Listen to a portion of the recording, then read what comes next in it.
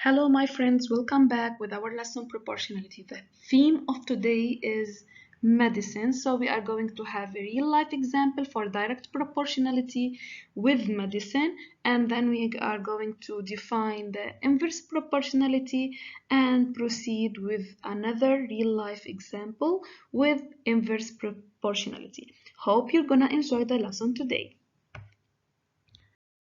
Whenever we go for the doctor or visit a doctor, after examining us, if we are sick, then he's gonna prescribe certain medications to heal us or to reduce fever, pain, or whatever. This medication is always administered according to the patient weight. If he's a toddler or a baby, is always administered according to the patient weight. So, and it is also related to the concentration in the medication or the concentration of the bottle.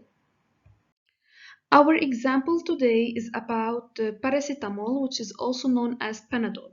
For a child of age between 4 to 9 years old, paracetamol is given as 15 milligram per kilogram. The question says how much is the dose for a 20 kilogram kid or 20 kilogram child. Since the amount given is 15 milligram per kilogram, so this is the constant of proportionality, the constant that is not going to change, I am going to use this constant of proportionality to proceed with my question. So I would say that 15 milligram per kilogram is equal to X amount that I don't know for 20 kilogram. As we already discussed last time, first we are going to make the wings of the butterfly, and then we are going to write the equation X times 1 equal 15 times 20.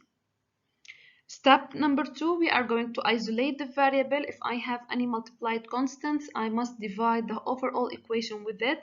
In this case, it was a simple one, so I will have X is equal to 300 milligram. However, on Panadol, I will find the concentration of the medication, which is 160 milligrams per 5 milliliter. So whenever I use 5 milliliter or take away 5 milliliter, this means that I'm taking 160 milligram of the medication. So if I want, it is, as we said, it's a case of direct proportionality, so I would say it's equal to 300 milligram over n, because I know the amount of medication I need, but I don't know its volume. Again, we are going to use the butterfly wings. We are going to make cross multiplication, and then we are going to have the equation. First, as we said, we are going to isolate the variable. So I have times 160. I will divide both sides with 160 to get n is equal to 5 times 300 over 160. Finally, the answer is going to be 9.375 milliliter of the medication. So this is a simple case of direct proportionality where as the amount of medication I need is increasing, so the volume of the medication is also increasing. However, I want to give this medication to my kid using a syringe of 3 milliliter. So how many syringes do I need to give this medication to my kid? I would say if I have one syringe, so I'm giving him 3 milliliter. So how many syringes do I need to give him 9.375 milliliter? Using proportionality, we are going to solve the equation. However, we can simply detect that the relation in this case is not a direct proportionality. The number of syringes is not increasing with the volume of the syringes.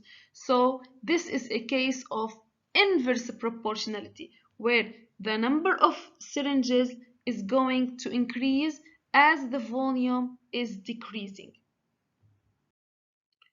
So by inverse proportion, we mean inverse proportion or inverse variation is the relationship between two quantities or two variables whose product remain constant. So x times y is equal to k, or y is equal to k over x. However, in direct proportionality, we used to say x over y is equal to k. So it was the quotient equal to a constant, which was the constant of proportionality. However, in inverse proportion, this is the product which is equal to constant. So by inverse proportion, we mean as one variable is increasing, the other variable is decreasing proportionally. So if I have x times y equal k, as x is increasing, y is decreasing, but still we maintain the constant, which is k.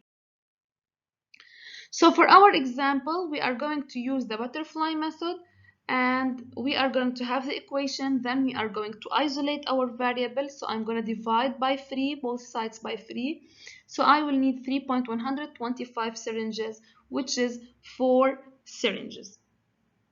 So as we said, we can realize that as the volume of the syringe is decreasing, the number of syringes I am using is increasing. So if I want to compare the volume of the syringe with the number of syringes I'm going to need to use for 9.375 milliliter, this is the syringe size and this is the number of syringes needed. So we have 1, 3, 5 and 10 syringe sizes. For 1 milliliter I would be needing 10 syringes. If I have a 3 milliliter syringe, I would need 4 syringes. If I have 5 milliliter, I would need 2 syringes, and for 10 milliliter, I would need only 1 syringe. Percentage is also another concept related to proportionality. As we said, proportion is to compare two ratios together or to relate two ratios together. We have something called the percent proportion, is that when we compare two ratios together, however, one of them is with the denominator 100. So for example, if I have a box that is full of 5 candies, I ate 2. What is the percentage of the candies that I ate? So I have a total amount, which is 7. I ate 2 of them. So this is the amount I ate. So I have 2 over 7 is equal to a percentage over 100. So in this case, we are relating ratios or proportionality to a fixed concept, which is percentage. And percentage actually is per cent, per 100 or per 100 parts. So in this case, I'm always comparing with the 100. For example, in stock, there was 5,000 boxes of Profinal. 3,000 boxes were sold. What is the percentage of the sold boxes? So number one, I must identify the amount of boxes that I have sold, then it is a 3,000. The total amount of boxes I have, which is 5. So I have 3,000 out of 5,000. Focusing on the words is going to help us to know how to read or comprehend questions with percentage. So I have 3,000 of 5,000 is equal to a percentage out of 100. By solving using the method of proportionality, we can get that x is equal to 60%. So now if I ask you what is the percent of remaining boxes, that is going to be 40%. So there is in the stock 40% of the Profinal boxes. Finally, we are going to summarize proportionality. So we took 3 types of proportionality, which are direct proportional, inverse proportional, and percent proportion. And in direct proportion, we meant that we have x over y is equal to constant. This constant is the constant of proportionality. And in inversely proportion, we have the product equal to constant as x increase, y decrease, maintaining the same constant. And finally, we have the percent proportion when we have to compare two ratios. One of them is with a denominator equal to 100. I hope you enjoyed your lesson today.